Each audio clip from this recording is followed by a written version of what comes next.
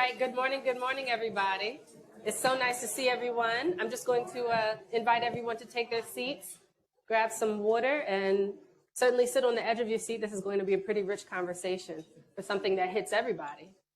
All right, today we're talking about mamas.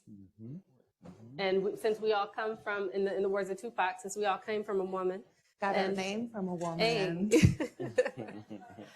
I heard somebody else filling it in. I see you. The great philosopher.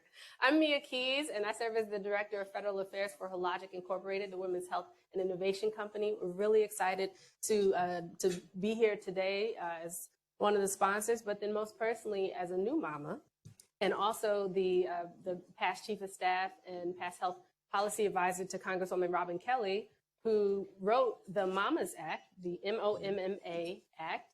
It's the Mothers and Offspring Mortality and Morbidity Awareness Act. It's the first congressional policy that was comprehensive with respect to maternal health, written in the history of Congress. And I was very proud to co-author that legislation with the great Congresswoman. And she's not here right now, but I'm hoping all of you could just give her a hand of applause for her work.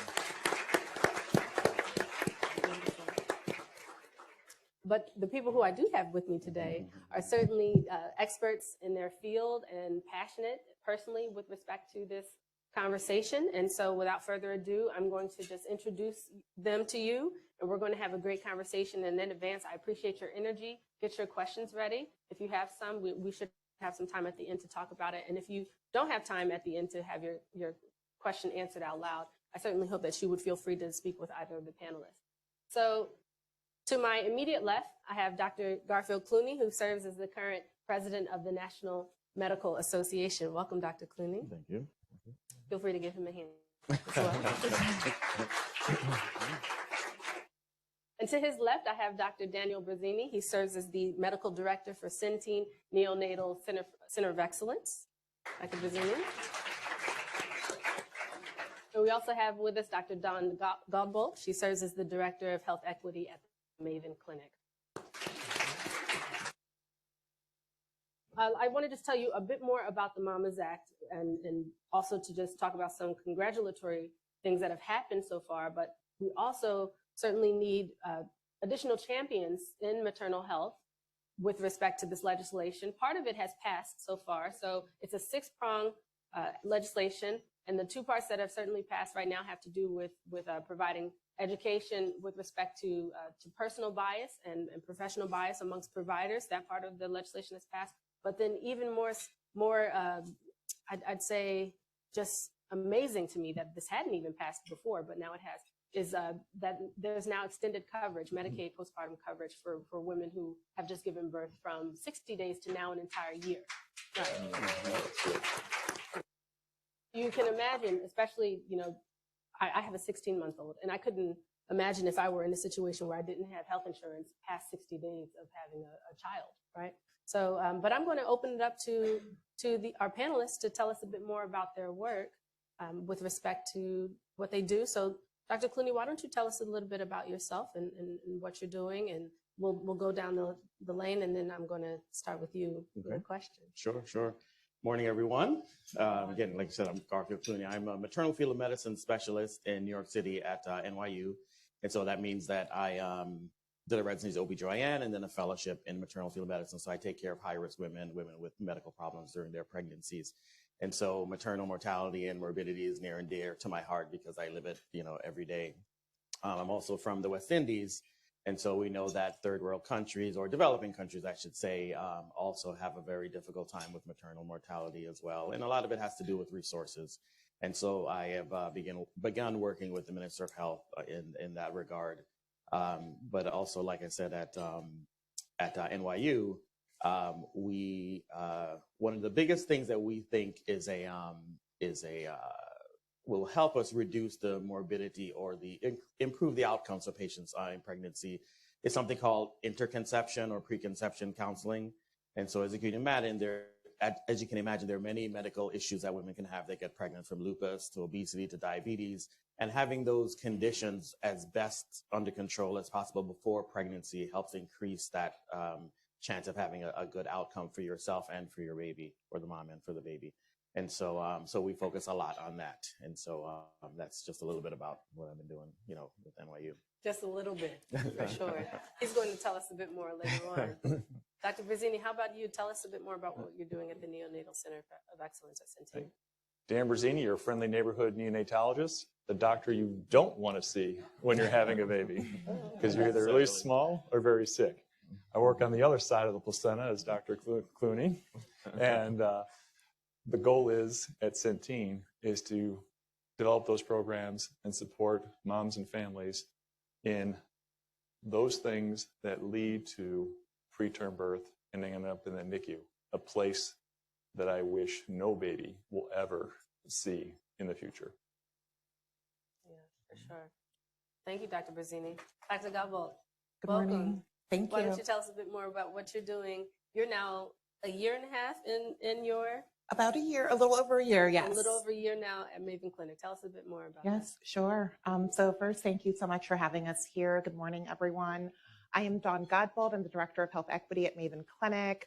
We are sort of the new kid on the block, so I am going to share more about what we're doing, our model, and who we are.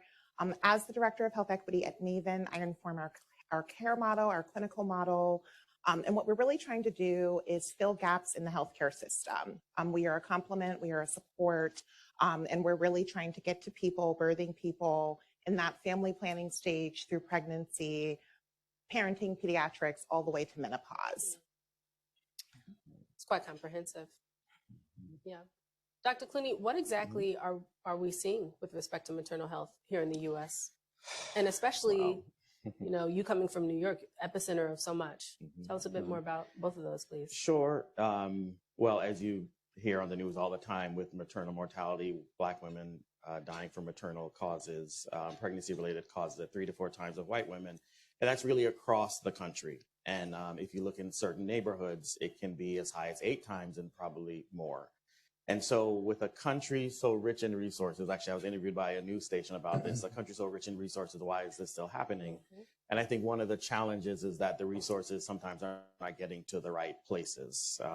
And so just going off a little bit on a tangent, not really, but the MOMMAS Act, part of it is really standardizing something called the maternal mortality review committees. And what those committees do, they're actually very important. Not all states have adopted them, and most states have, but they really should.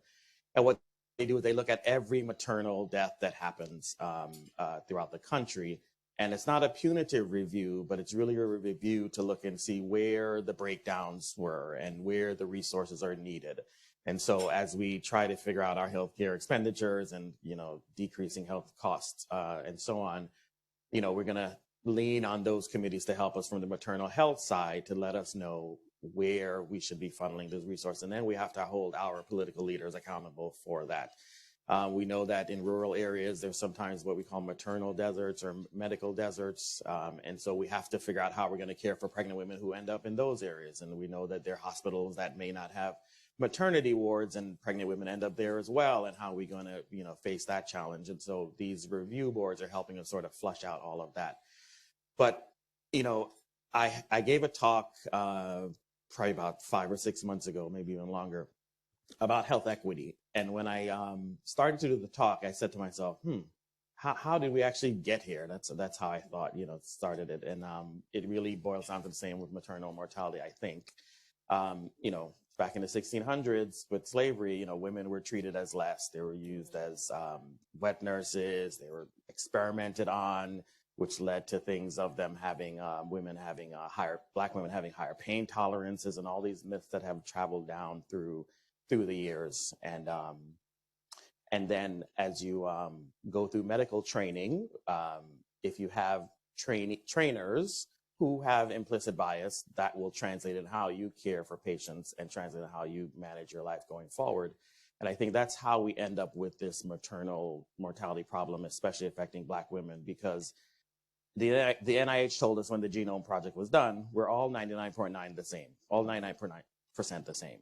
And so there's 0.1% difference within us, but that doesn't really account for why the disparities in health outcomes are so large. And so, when you look at really boil it down, it does come to bias and racism, unfortunately. and so we have to, the MOMMAS Act, again, credit to them, they are also increasing the, I think it's funding for centers of excellence that have explicit and implicit bias training. And I know many of us go through that now, but we need to reinvent it, I think. At my institution, I think you do it once, maybe every 3, 4, 5 years, or maybe once in your career there. And so it's something that needs to be reinforced and done over and over, because the myths and the challenges that Black women face in terms of not being heard and not being cared for appropriately, it goes very deep. And I think this is one of the ways to sort of combat that. And then we're sort of transitioning to this anti-racism movement, which I think is important, because it's either you're racist or you're anti-racist. And I think that we're going to go from an implicit bias, explicit bias, which is racism actually, paradigm to more of an anti-racist paradigm. And we see this in a lot of major medical centers across the country. And so I think from slavery on down, Jim Crow laws, Black codes, redlining that made us go to certain neighborhoods, couldn't live in certain places, couldn't work in certain places, all of that leads to where we are today, and including the social determinants of health as well. I took copious notes as you were talking.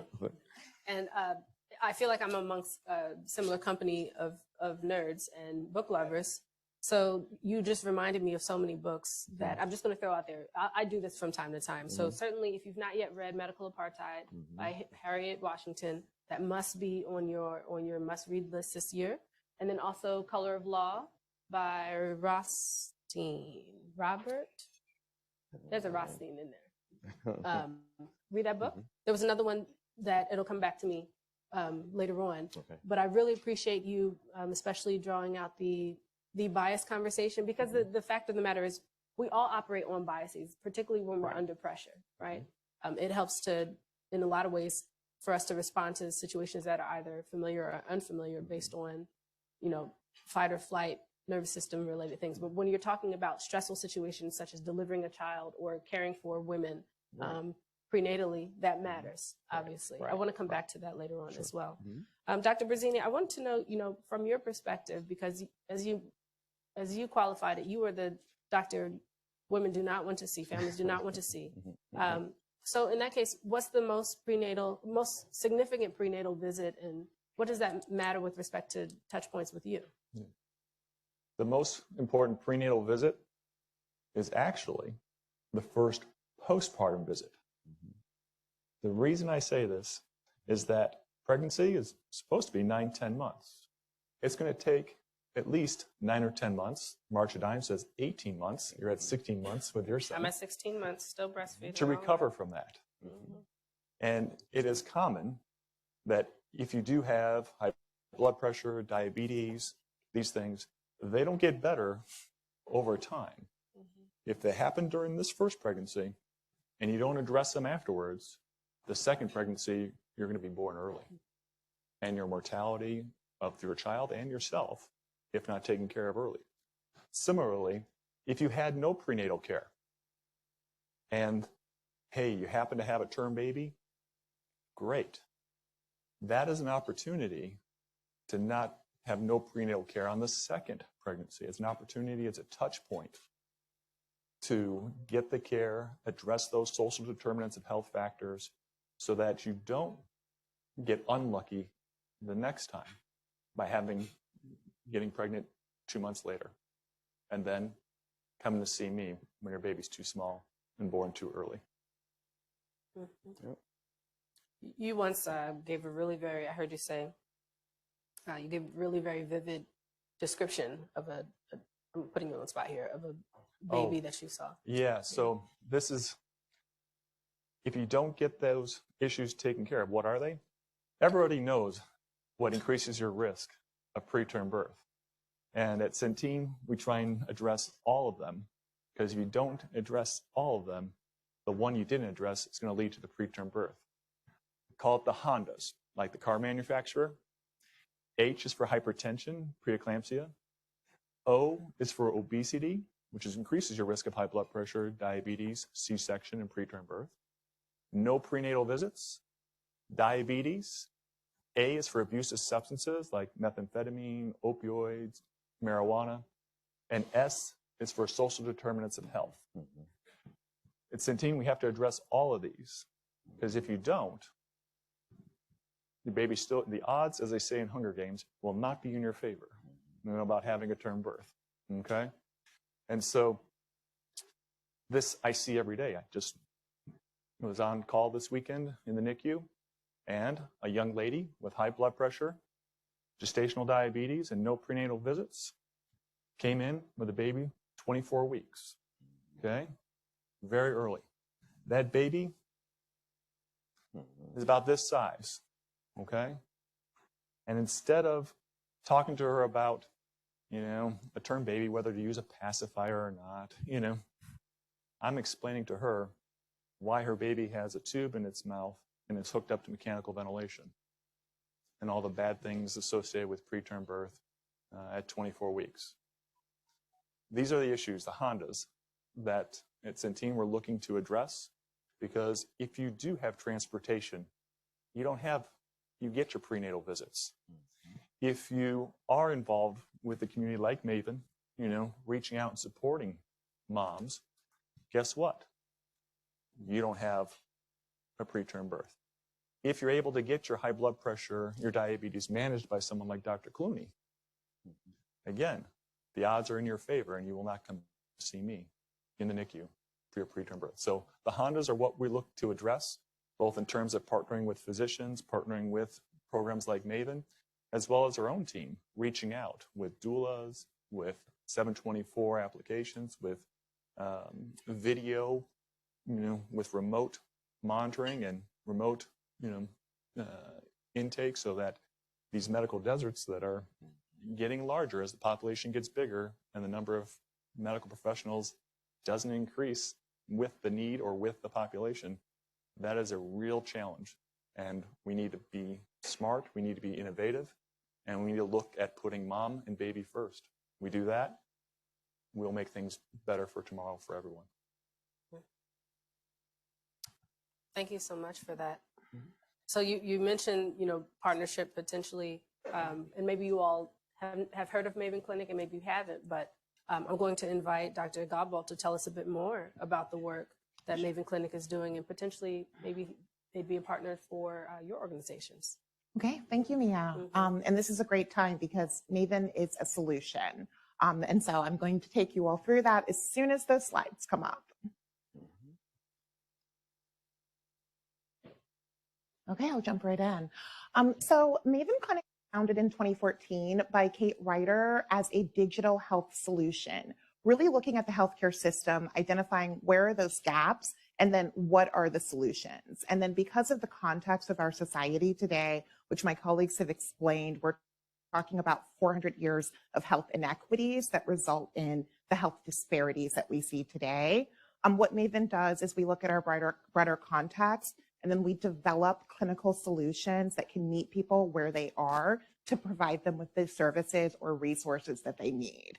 As I mentioned previously, we go from the fertility and family planning stage through maternity, newborn care, into pediatrics, and all the way through menopause. And at this point, you may be asking yourself, well, what is Maven? Maven is an app. We live in your back pocket. We're available 365 days a year, 7 days a week, 24 hours. On the Maven platform, you have access to over 30 different specialties. You have access to what we call a care advocate or a navigator. This is the person who's going to onboard you. They're going to ask you about those social determinants of health. They're going to ask you about your living conditions. They're going to ask you about your own health goals, and they're going to help you set those health goals. They're going to connect you to people in the community rather than us telling you, oh, call your local housing authority. We're going to sit there. We're going to go through the list. We're going to find the phone number, and we will connect you. If you don't make the phone call the first time, we'll figure out what is the actual bridge or tool that you need. Health equity, I am the director of health equity. I work across the company, and my job is really to act as an accountability mechanism. Are we using a health equity lens in our approach? And so we really have three pillars that we look at. We start with data. We are able to ascertain a much higher rate of data than most traditional health plans or healthcare systems. We have race and ethnicity data for about 2/3 of our member population. This is incredibly important as a component of health equity. We have to have the data. We have to know who our people are. We have to be able to look at the data, disaggregate it, stratify it, and know this is where we need to improve our model. We're also, I'm sorry, I mentioned stratification. The structure of who we are, this slide had to be adjusted a little bit, but over 30%, almost 40% of our providers do identify as Black or Brown. This facilitates what we call care matching or concordant care matching. I'm sure some of you are familiar with the literature that Black birthing people and Black infants actually have better health outcomes when there's a member of the care team who looks like you or shares your experience. And so at Maven, when members come to us, they meet with that navigator and they have that opportunity to say, you know, I actually would like to meet with a Black female OBGYN. And then our navigator provides that connection. We regularly hear from our members that say, hey, I've never had a doctor that looks like me. And so that was my very first positive experience using the Maven platform. We also have a scientific advisory board. Health equity is it's a buzzword right now. It's new in the industry. People are trying to figure it out. We often refer to strange bedfellows. I think that's where Maven is right now. We are coming to all of you in the room and saying, how can we work together and how can we get it right? And so we do have an advisory board that checks in with us to make sure that we are delivering equitable healthcare. And then finally, it's actually how we address people's needs. We have specialized care plans. So if members present with chronic conditions, mental health disorders, or any other type of social or complex health needs, we can tailor the care plan with that member to really meet the needs that they have. And then, of course, as we talked about previously, it's the implicit bias and anti-racism training. We actually support this across our entire company, and then specifically for our frontline care team members to make sure that when they are having those interactions, that they understand that the way that you talk to a member could be deemed disrespectful and or racist if you do not understand the socio-historical and political context in which health disparities exist. I talked about this a little bit. I'll breeze through really quickly. We do have a social determinants of health screener that every member who comes on goes through. It was recently validated against a long form screener. It was published recently in the American Journal of Gynecology. Please look and see how this short form digital screener works for social needs. I mentioned the concordant care matching that is available. Our care advocates are the navigator. You can meet with a range of specialists. I'm talking doulas, OBGYNs, endocrinologists, sleep coach, sex coach, job coach. If you need support, we have specialties that you can meet with, and then our care plans and referrals out. I want to share a little bit of data that our research team presented actually last year at ACOG, and this paper is under review. And it's really just looking at how our users use the platform. And what we really see is that our Black members actually utilize Maven more than our white members. And we think that this is because Black people are seeking high quality, respectful healthcare. We know there's a dearth of medical professionals in this country, particularly perinatal birth workers. And when we look at our data, we looked at about 3,000 first-time mom singleton births.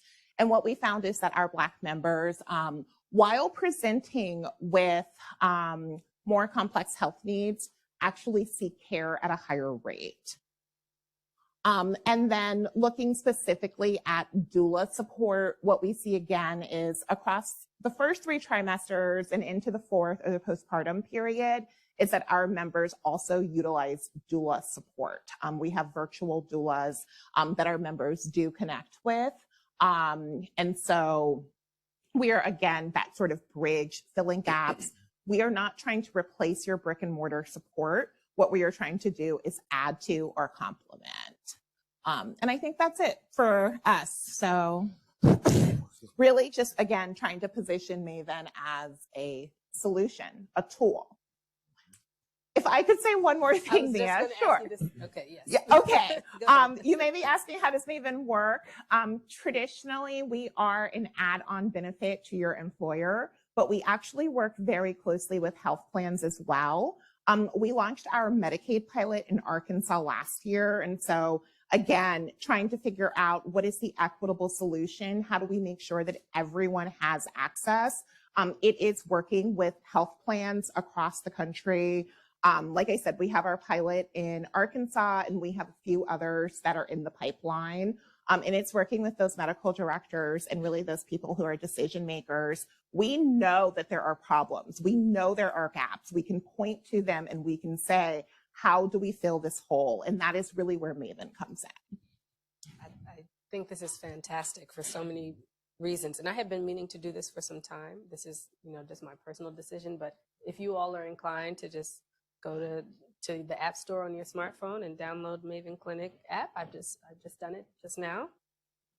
Let me confirm with the side button. They need to see my face to, it's not recognized. Okay. And I think we'll share contact information. If any of you are interested in Maven, how it works, how can you connect with Maven, please reach out to me. I am happy to have each and every one of those conversations. Mm-hmm. Dawn, I want to come back to you and give you some time to think about this, but I really want to talk to you about your thoughts on the inevitability or not of AI, of artificial intelligence, of smart technology, of augmented intelligence with respect to the traditional healthcare system, but specifically with respect to maternal health. I'm going to come back to you on that. Okay. Yeah. But, and you as well. Okay. You want to jump in on that? Yeah. We'll tag team on that one. Actually, Dr. Brazzini, so let me ask you, so Centene is a managed care organization, right? So what is the role then in terms of managed care with respect to maternal health, with respect to infant health? Absolutely. So I am a friendly neighborhood neonatologist, all right? Yeah, I went to neo school to take care of babies. And so at 2 o'clock in the morning, that's what I do. Mom comes in, no prenatal care, hypertension, 200/120. And guess what?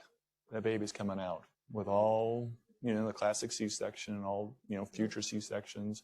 And there's, nothing but, a lot of misery, that's going to go along with this. And you see that every day, in your private practice, and you realize this is not the platform in my private neonatology practice to help that family, help that mom. Okay, I can't do that. I can be there at 2 o'clock in the morning. I can be there and do what they taught me in neo school, but I can't give you the transportation that you need to go see Dr. Clooney. I can't, help you with your high blood pressure, getting your medicine. I can't do that. There's nothing I can do in that platform. However, Centene can. It is the largest Medicaid provider, over 260,000 families. And with that comes great responsibility and great opportunity to make a difference in this world. So that the mom that I took care of just this last weekend, she could have gotten to her prenatal visits. We would be talking about pacifier or not. Much, much better. And as far as breastfeeding goes, it is absolutely part of that food security for the baby. And given this formula shortage that we had, Centene worked very hard to make sure our members that had need for those specialty formulas had them. We also made sure that we got breast pumps and also had programs like doulas, virtual doulas, and breastfeeding stuff where they can get questions at 2 o'clock in the morning. My baby's crying. I'm not able to feed my baby. What can I do? And so these are things a neonatologist in an intensive care unit, we're not going to be able to address those. Can't. It's not the platform. But Centene, by being the largest provider, by having reach in 32 states, we can partner with our hospitals, with Maven, and say, okay, how can we help out? And we have our own programs so that in the end, we are a health company. And as a health company, improving health, guess what? Term baby is about $2,000. A premature baby this size is $2 to $10 million. Don't need an MBA to count the zeros on that one for your ROI. And that is the business aspect of it. But more importantly, not having chronic lung disease, not having cerebral palsy, not having half your bowels taken out because they died and needed it. And all the bad things of prematurity that, yeah, they taught me how to manage that in neo school. But to this date, mom's womb is still the best neonatal intensive care unit in the 21st century, despite all the gadgets and gizmos I have.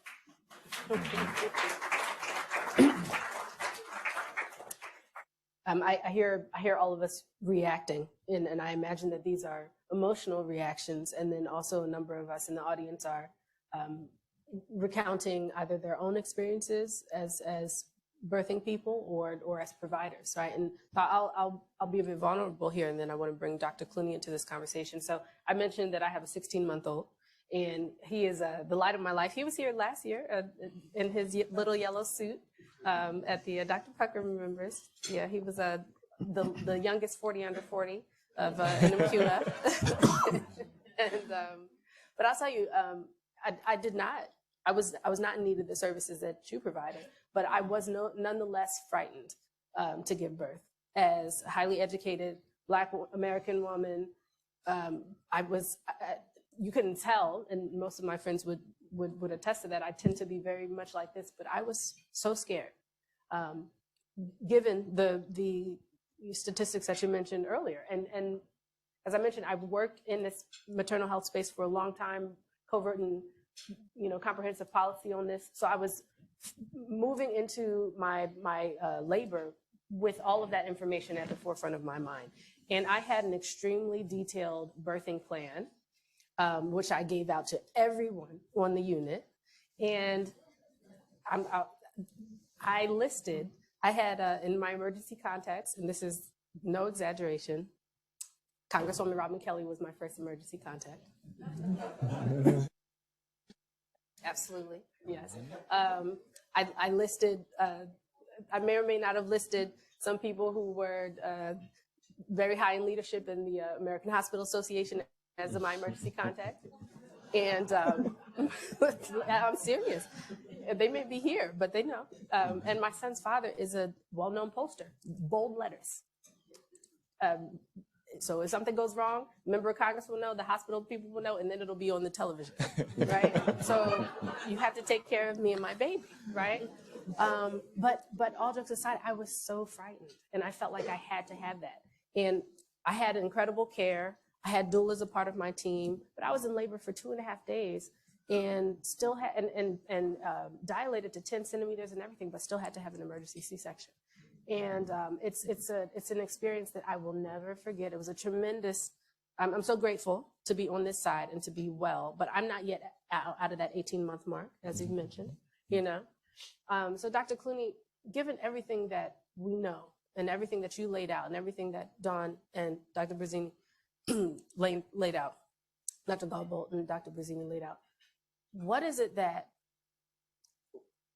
will it take, And you were getting at this before. We've got technologies, we've got different care plans, we've got policies. What will it take to save, particularly our Black and Brown women in health, in birthing? That's a large question. It's a tough question to answer because how do you fix racism? Right? Hey. How do you fix implicit bias? Because I think that's what it all boils down to. That's what I believe. And the data shows that there's no medical reason for these outcomes, right? And so while I believe that implicit bias training and it all works, that's the root of it. How do we fix that? But aside from that, I think we have to look at the data and look at the outcomes and look at the causes and put our resources in that basket. New York State itself has done a lot of work, as many states have, in terms of maternal mortality, and there are several different groups that are doing work.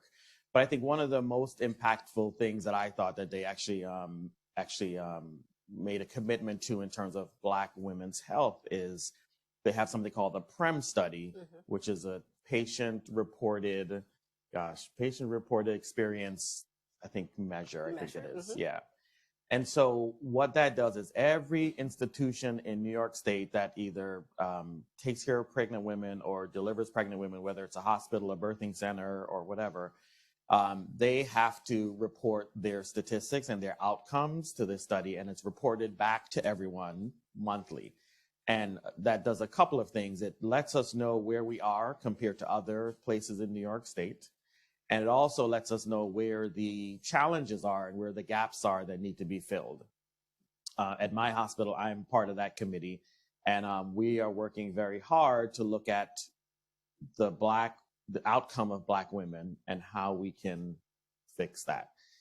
We've only been doing it less than a year now, and unfortunately, we don't have a high amount of Black women to deliver our hospital, so collecting data and patients filling out is tough.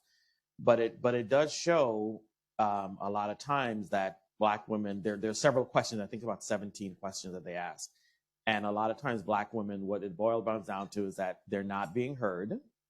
They answer the question that they're not being heard, and they don't understand the care that's being given to them.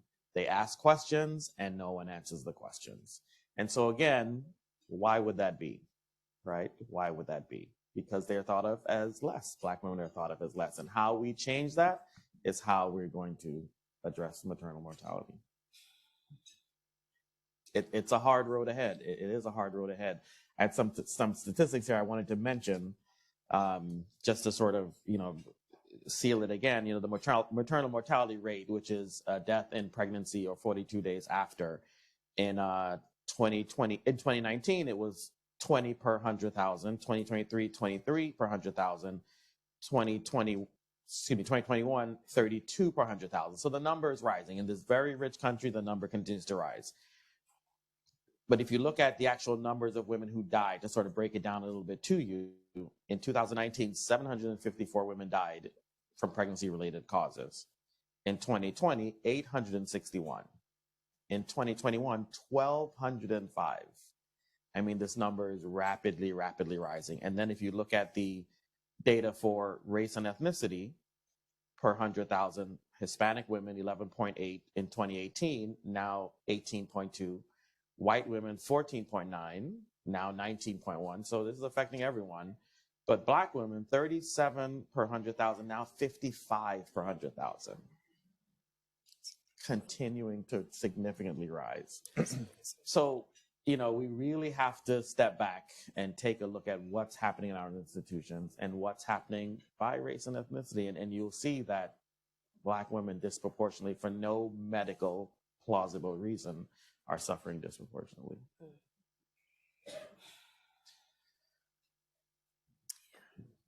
It's going to take work. It's going to take work. It's going to take work. It's going to take work. And this year, many of you were in the room, will certainly remember the first time, but this year, 20 years ago, the Institute of Medicine, now the National Academy of Medicine, issued its tome on health disparities, unequal treatment.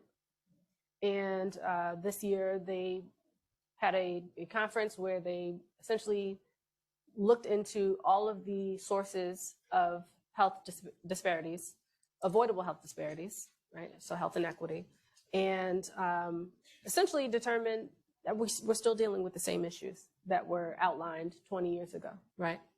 One of the other things that the academies are taking up have to do with the role of smart technology and the ways in which it can either really help to close gaps, which is what it sounds like Maven is really intentionally striving to do, or ways in which smart technology or AI might exacerbate these gaps and become one of those sources that the original unequal treatment talked about.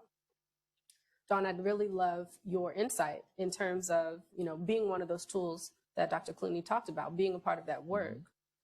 Is it inevitable that technologies will consistently be with us in terms of clinical decision-making tools, in terms of patient experience? And Dr. Brazzini, feel free to also hop in here as well. So I think first, technology is innovation. Mhm. When we think about technology, there are gains there. I think the real concern is how do we pursue those gains in an equitable manner? And so there's a lot of responsibility that comes along with creating an innovative model. At this point, we all understand that bias exists in technology. It exists in algorithms. And I think this is why we're not ready to replace humans with the machines, right? Like you still need that human touch. You need those human values. And I think in doing this work, it's having a humility in the approach to say, I do not want to replicate the same systems of inequality. So it could be something as tangible as who actually has access to high-speed broadband internet. Right. How do we get more people access? What about unlimited data plans? What about people who live in rural communities where, again, there is not that access, or your data plans, it costs more money. And so it's building those pieces into your product. Okay, you have a maternity care desert, then where do you set up that's nearby that you can still receive those services that people need? At this point, we understand that technology is our future. It's the building and the design where we have that responsibility to make sure, again, that we are not replicating systems of inequality. There are, as a health equity expert, as a reproductive justice advocate, I'm happy to turn anything into a health equity or a repro justice conversation. Yes. And it's going to, at your company, at your organization, especially in the tech world, it is a new conversation. So it is starting with leadership all the way down and making sure that people understand that, clinical guidance says one thing. That does not mean that clinical guidance is free of bias. And so this is your opportunity to really dig in and say, instead of just coding based on the latest clinical model, let's take a step back and say, is there a different way that we would build the technology to be able to examine the outcomes, or really to change the outcomes? That's it. And technology is great. Think back 10 years ago, 20 years ago, and 30. But technology comes with both greatness and its challenges, okay? And so one thing good about technology when you're dealing with maternal deserts and access to care is how can one reach out? And so there are technology out there that will allow you to use your phone, check your blood pressure, check your weight, check everything, and automatically report it to someone. Technology is great, but in the end, whether I'm using a manual screwdriver or a power drill, okay, increasing technology, increasing productivity, increasing effectiveness, there still needs to be a person at the other end, because people care. People get things done. And so it's the people of Maven, it's the people in Centene that enable us to use this technology appropriately for those members we serve, okay? Now, when we talk about 260,000 members, that's a lot of data. And I love talking to the data scientists, guys. They're as geeky as I am, but they like numbers, okay? So I love talking to my fellow geeks. And the power of data to predict and to direct limited set of resources to change outcomes is very, very powerful. If you know what the odds are, your receiver operator curves for my geeky friends, then it makes more sense when you have limited resources what to do and what factors are most important.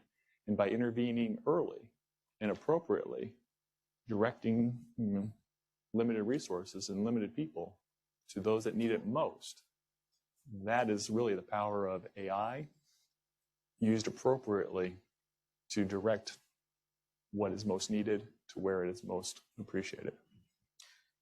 If I may. Please.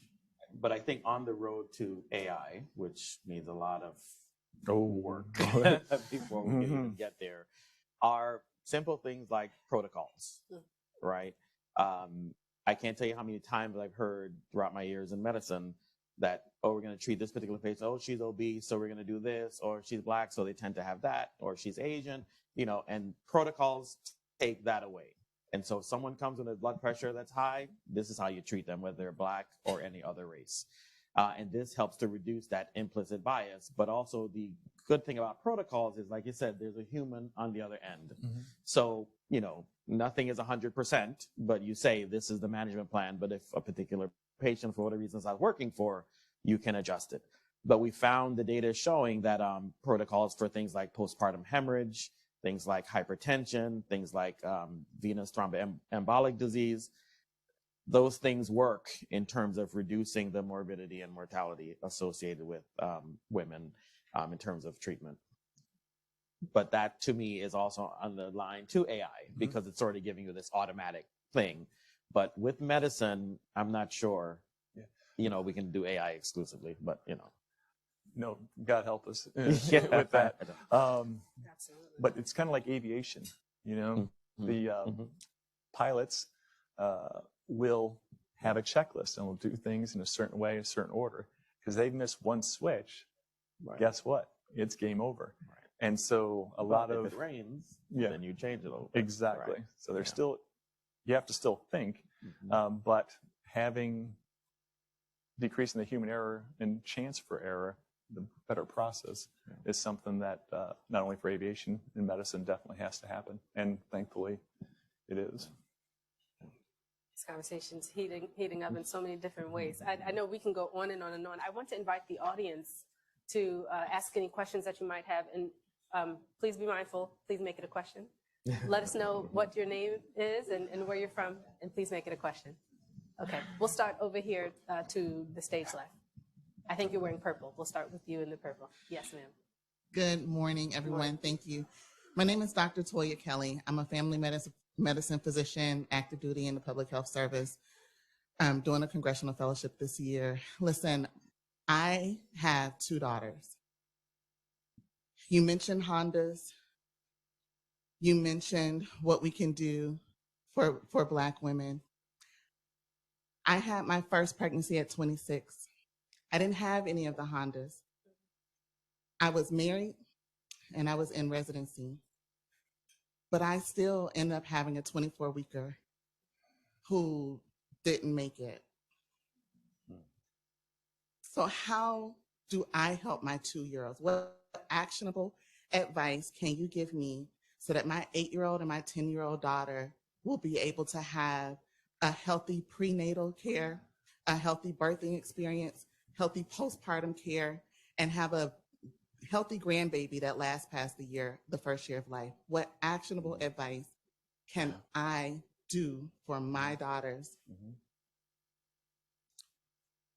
I would start by saying, I'm sorry to hear about your experience first. And, I would say to your daughters, the thing, as I talked about before, pregnancy is such a common thing, right? Women get pregnant all the time. They have babies all the time. But in the West Indies, they say, when you go to have a baby, you have one foot in the grave. Because, your body is adjusting to all these hormonal shifts. Can you imagine a human life is coming out of you? The uterus is the size of, huger than a basketball, shrinking down to a mango size. There's a lot of things that go on. And also in pregnancy, because you retain fluid, it stresses your heart. So we actually uncover a lot of heart disease in pregnancy. So I would say it's recommended to have your yearly checkup with your doctor. And so that's the first step. Make sure that you go to your primary care and make sure that you're in the optimal health that you can be. And then enter prenatal care as early as you can. Because that will, first, if you have any medical issues, have a preconception consultation. That's the first thing. But enter pregnancy as early as you can, because that will help you and the doctor as a team navigate your pregnancy and map out what's going to happen with your pregnancy so that you can have the best outcome. But it really starts, like my friend here said, pre-conception to really maximize the outcome. The other part is love and prayer. Okay. it is obvious, that you love your daughter, and that is probably the most powerful emotion. When you talk about how can we change the world, love changes the world more powerfully than any other, force on earth. A very wise man once said, darkness cannot drive out darkness. Only light can do that. Hate can't drive out hate. Only love can do that. And that is the most powerful emotion on earth. Dr. We'll move Clooney's mountains. favorite song is "Living on a Prayer," right? Yeah, one of my favorites. Yeah, yeah. So first, thank you for sharing your story. I think I would arm your daughters with education and information for how to advocate for themselves. I would highly recommend that when the time comes that they receive doula support. This is someone who can not only help them birth plan, help them understand from a non-medicalized perspective what childbirth, labor, and delivery can be like. And if you use doula support, this is a person who is in the room to support you, to advocate to you, to talk to you, to explain to you if you do not understand the technical terms, and to really be able to bring it home to personalized, person-centered care. And now starting to understand the tenets of reproductive justice so that your daughters can understand the full range of their human rights. And I would give them materials to read, to understand how to connect with your community-based organizations who are harnessing that power that Black women have in the birthing community and being able to approach this from a whole person, holistic, person-centered place, so that you know what is going on, what is happening. And I just want to add to that, I had 2 doulas for 3 different parts of my birthing experience. I sure did. I had a prenatal doula who we talked about everything from breathing correctly to meditating to relaxing. She was with me when I gave birth. And then I had a postpartum doula who was with me for about 6 weeks. And she did everything from help me, take care of the baby while I slept. Mostly that's what she did. That's exactly what she did. I'm serious. But she gave you a lot of education. And she gave me a lot of education. And support. And support. And my doula, when I was giving birth, she noted, I'll tell you how instrumental she was in the moment. I didn't know this because I was numb from anyway, tremendous birthing experience. She noticed I had swelling in my legs and she brought it to the nurse's attention. And she said, just stop everything, what you're doing. Her legs are swelling. We have to handle this. And no one caught that but her. No one caught that but her. I don't know what that would have led to, but I'm grateful. Had the doula. You also mentioned that you were in residency, highly stressful situation. We know what stress does on the body, and that was not your fault. I just want to say that was not your fault. Okay.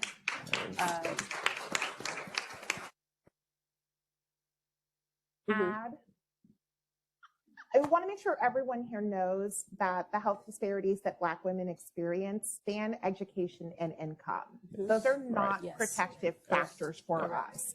And so it increases income. It increases it. Yes. So we have to also keep that in the back of our mind when we're thinking of solutions. We are not just talking about Medicaid recipients. We are talking about the breadth of Black and Indigenous birthing people in this country. That's exactly right. And so with your daughters, I know you've got major aspirations for them. Help them, as Dawn said, to strive for the sky and beyond, and to be very clear about what that potentially means in this country, but not to be frightened about it, but just to be very clear.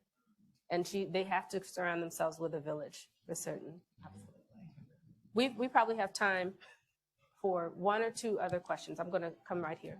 I'll try to make, hello? Oh. I'll try to make it very quick. So I was just going to ask a question about what you think about the power of midwifery and how it can change the landscape within America. So thinking about how can we create equitable policies and practices that allow midwives of color to thrive? Because one problem that we have in Rhode Island, I'm from Rhode Island, and I work for the state. So one problem that we have is that a midwife will do a birth and she only gets paid $800, as well as within states across the whole entire country. a lot of times midwives, looking at the history, we used to have like granny midwives who used to birth babies from whether they are white or black historically. And over time, we did policies and practices that cut out black midwives to the point where we don't have diversity at all in that field. So thinking about what can we do throughout different states and nationally to increase access, as well as thinking about for midwives of color, when we're bringing them into these places where they might not be accepted, how do we build within our units, build within our hospitals, places of acceptance where they can make changes and make outcomes better? That first part you mentioned, the reimbursement issue, that's a policy situation. There are policies on the books that have not yet been passed, but just keep championing them in the congressional space. That's the first thing that I'll mention. I'll leave it to the audience, or excuse me, panel. Oh, by the way, I also switched my providers, my hospitals where I would give birth, because I wanted to be supported by a midwifery team. I ended up not having a midwife because, like I said, I had all the doulas in the world. But it was important to me that I was with a hospital system that worked alongside midwives. Yeah. Thank you. I mean, as a high-risk, obstetrician, I deal with the most high-tech and, things that are going on in pregnancy. But I do think there is an absolute role for midwives in the care of women and with their pregnancy and postpartum care. And I'm a big advocate for doulas as well. I think that couples who are going through the pregnancy experience are having sort of, quote-unquote, an out-of-body experience that they're not themselves, and they need someone there to help navigate the situation for them. But, in terms of midwifery care, I think there's definitely a place for it. Not all institutions have midwifery care to offer because of probably financial issues, I'm sure. But I definitely think there's a role for it in caring for women. Yeah. Okay. Bear with us, Brandon. I just want to get one more question, please.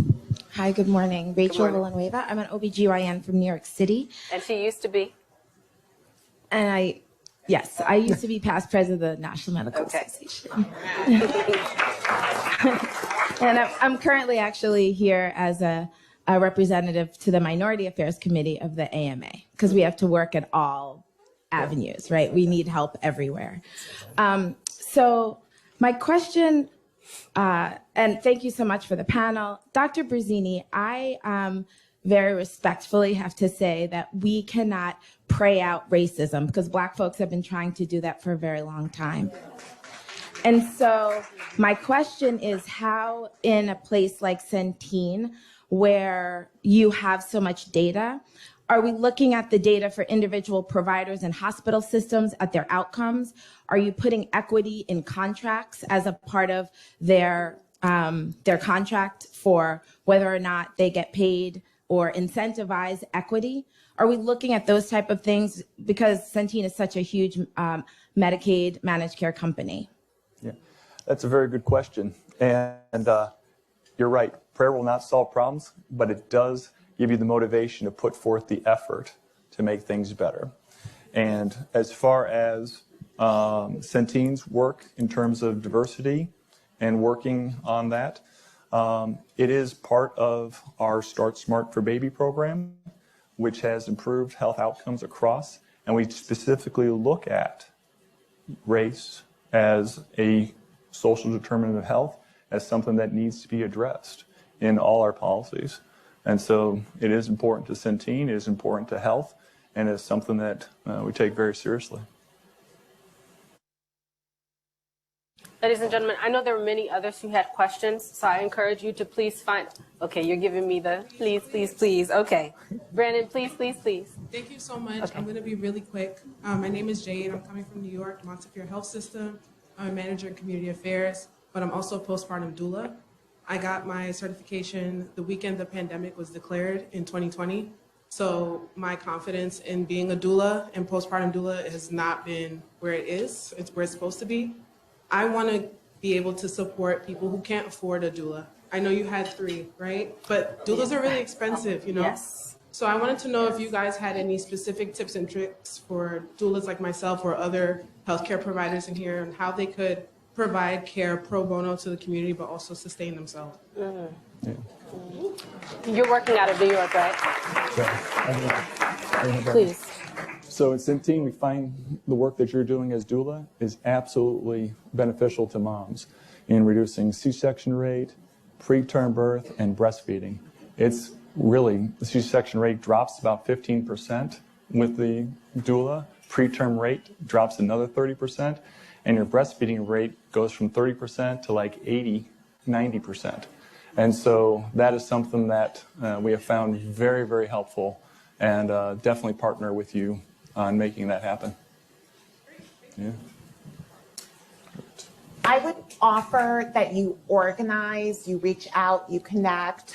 If you're not connected with the Black Mamas Matters Alliance, I would recommend that. I think our power in really raising awareness about doulas and the living conditions that you all also need, right? Like the resources that you need. I think it's an organizing together. And then looking for those health systems that do support doula work. Anyone here in the repro world or maternal health world in New York? Want to just raise your hands or stand up? There's one right here on the stage. I'll talk to you later. Thank you for giving me the time. I really appreciate it. I appreciate the question. Thank you so much. Panelists. This is great. We can just have 25 seconds close, please. We'll start with Dr. Okay. Gobble. One thing that I did not mention that Maven Clinic also does is we have an Impact for Families program. And this is where we work with community-based organizations who are on the ground. This year, we are supporting a Black women-led and an Indigenous women-led organization. And that's really the responsibility of, right, like a tech player, an industry leader coming in and saying, how do we be a good ally? And so I just want to flag that it's very, very important as a pillar of health equity to demonstrate that we understand it is a bi-directional process. We are humble in our approach, and we do it with community-based organizations together. So I just want to flag that as my final Maven takeaway. Thank you, ma'am. We don't live in a siloed world, you know? And in order to solve the problem of infant and maternal mortality, we have to work together. Life is a full contact sport. So in order for, you can't have a medicine silo, a business silo, and a public policy silo. They all have to work together. Because if you don't have good medicine, no one's going to want to do business with you. If you don't have good business, you're not going to be able to afford the medicine.